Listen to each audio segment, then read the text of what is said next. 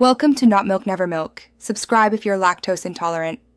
You start by verifying the repo and branch so the site can be served.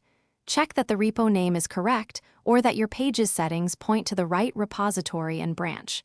Once done, make sure an index, HTML or index, MD is at the repository root for the selected branch. Static sites need an entry file at root to avoid a 404. This step prevents most misconfigurations before we move into redirects and custom domain checks. Next, you inspect how the site is built and how paths resolve so assets and pages load correctly. Run your static generator locally and open the generated files to verify links point to the right locations. Broken paths commonly cause 404s.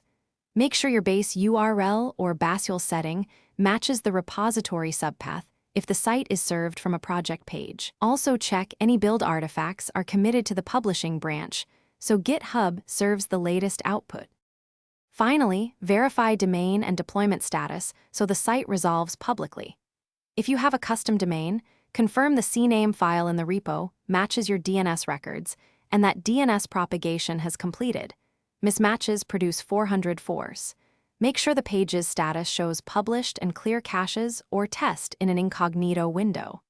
If problems continue, inspect recent commits and revert suspicious changes, because a bad build or deleted index can immediately cause the 404 error.